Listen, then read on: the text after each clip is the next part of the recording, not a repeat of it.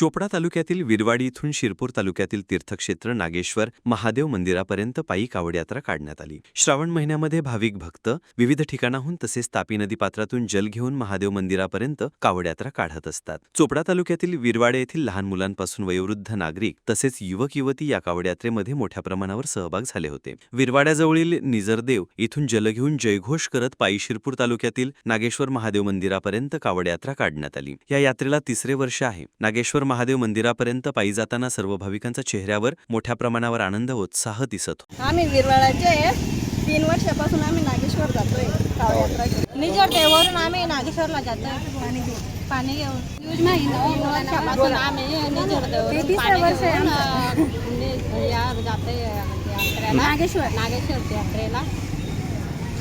सकाळी 4 वाजेपासून निघालो आहे आम्ही निजरदेववरून कावड यात्रा जातोय नागेश्वर।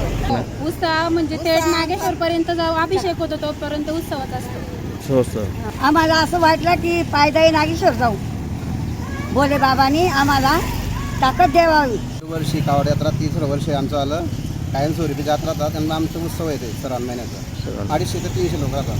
250 हो कायमस्वरूपी म्हणजे श्रावण महिना राहता आमचा 3 वर्ष आमचं आलं।